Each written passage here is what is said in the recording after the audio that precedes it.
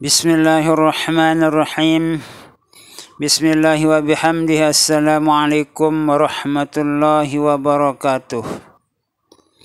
Para subscriber yang dirahmati oleh Allah Subhanahu wa taala, semoga kita semua selalu dalam keadaan sehat walafiat, panjang umur, murah rezeki yang halal, selamat dunia wal akhirah, mati dalam husnul khatimah, masuk surga bighairi hisab, selalu dalam ridha dan maghfirah Allah Subhanahu wa taala fid dunya wal akhirah, selalu dalam pemeliharaan Allah Subhanahu wa taala dari segala macam mara bahaya dunia wal akhirah. Amin amin amin. Istajib doana ya Allah, istajib doana ya Allah, istajib doana ya Allah ya rabbal alamin. Dalam pertemuan kita kali ini saya akan menceritakan tentang kelebihan orang yang bersedekah dengan ikhlas karena Allah Subhanahu wa taala. Diceritakan dalam sebuah kitab, pada masa Bani Israel telah terjadi musim paceklik, kelaparan yang cukup berkepanjangan, sehingga masyarakat banyak yang menjadi miskin dan mengalami kelaparan. Di saat itu, karena terjadinya kelaparan yang hampir semua masyarakat pada masa itu menjadi miskin dan mengalami kelaparan, sehingga banyak masyarakat yang menjadi pengemis, meminta-minta kepada orang-orang yang dianggap masih punya kecukupan atau menjadi orang kaya atau masih dalam situasi dan kondisi orang yang cukup kaya pada masa itu, banyak didatangi oleh para pengemis atau orang-orang yang meminta-minta. Akhirnya pada suatu waktu ada seorang pengemis yang sangat kelaparan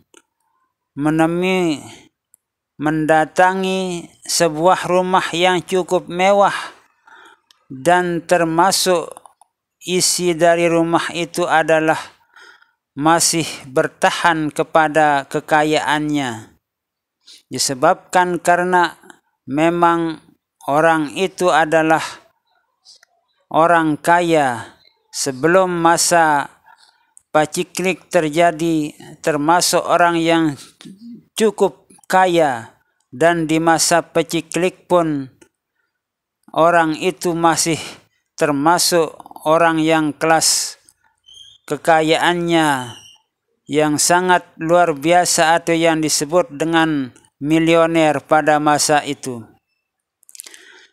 Di saat si pengemis itu datang mengetuk-ngetuk pintu orang kaya itu untuk meminta sedikit dari makanannya, keluarlah anak gadis orang kaya itu dengan membawa sepotong roti.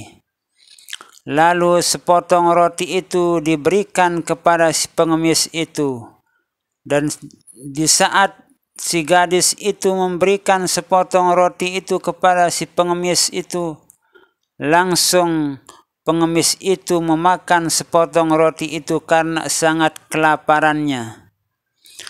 Lalu kemudian si pengemis itu pergi, dan bapak atau orang tua dari si gadis itu keluar mengetahui bahwa anaknya telah memberikan sepotong roti kepada si pengemis.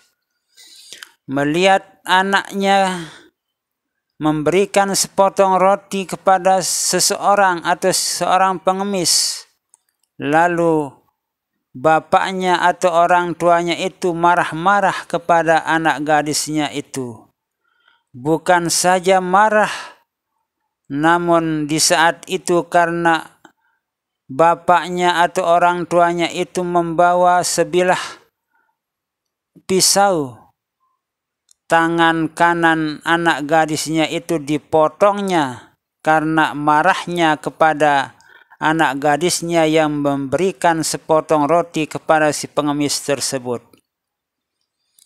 Tidak lama kemudian setelah terjadinya pemotongan tangan kanan anaknya itu, keadaan berubah.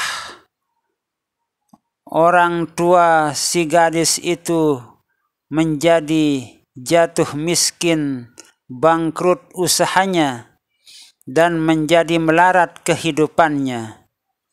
Di saat kehidupannya itu menjadi melarat, orang itu menjadi sakit-sakitan dan akhirnya meninggal dunia dalam keadaan hina dina.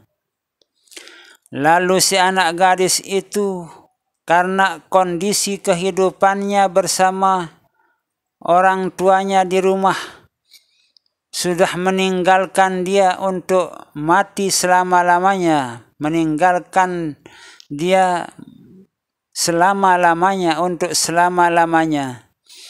Maka si gadis itu tinggal sendirian di rumah itu dan pergilah dia untuk meminta-minta menjadi pengemis kepada orang-orang kaya yang masih bertahan dengan kekayaannya di masa itu. Disebabkan karena si gadis itu menjadi jatuh miskin, menjatuh melarat, maka dia pun menjadi seorang pengemis. Si gadis itu di saat meminta-minta kepada rumah orang kaya, keluarlah seorang perempuan tua memanggilnya dan disuruhnya dia untuk masuk ke dalam rumahnya.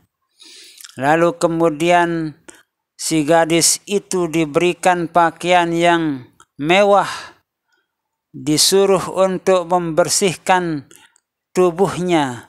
Setelah itu diberikan pakaian-pakaian yang serba mewah.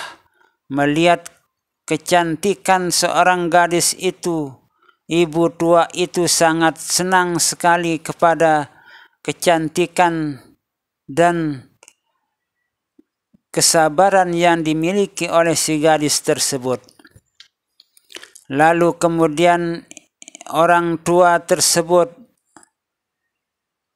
ingin menikahkan gadis tersebut dengan anak lelakinya. Kemudian ditawarkan kepada anak lelakinya itu agar mau kawin dengan si gadis yang ada di dalam rumahnya itu. Lalu kemudian anak lelaki orang tua itu sanggup untuk dinikahkan dengan si gadis tersebut. Namun si gadis itu tetap menyembunyikan tangannya yang sudah buntung itu. Dan ibu si laki itu juga tetap menyembunyikan aib gadis tersebut.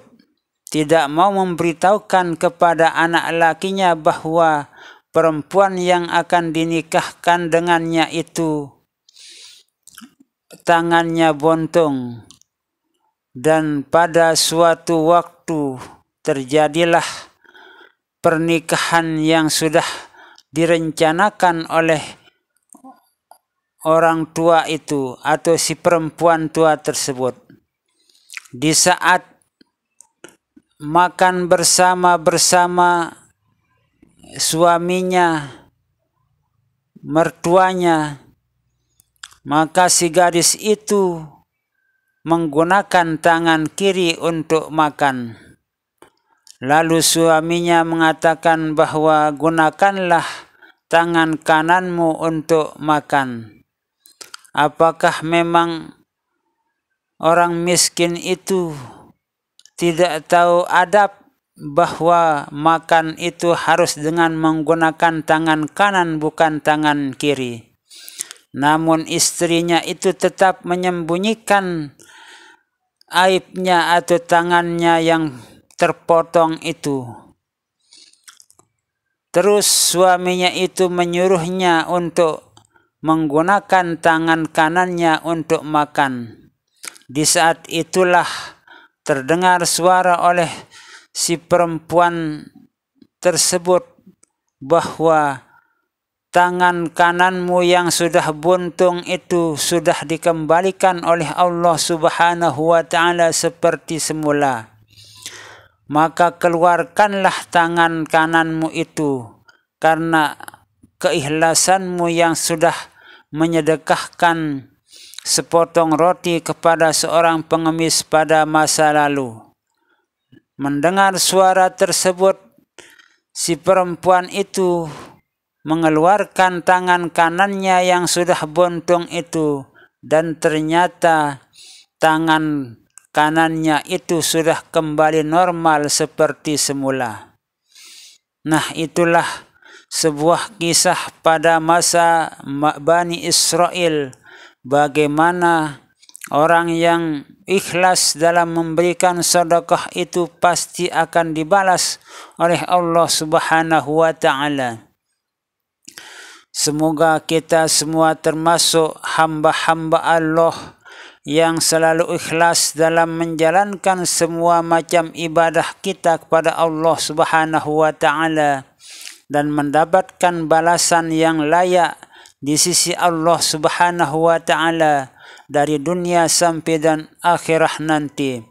Semoga kita semua selalu dipelihara oleh Allah Subhanahu wa ta'ala dari segala macam mara bahaya dunia dan akhirah. Amin, amin, amin. Wallahu a'lamu bis-shawab, wallahul muwaffiq wal hadi ila sabilir rasyad. Wassalamu alaikum warahmatullahi wabarakatuh.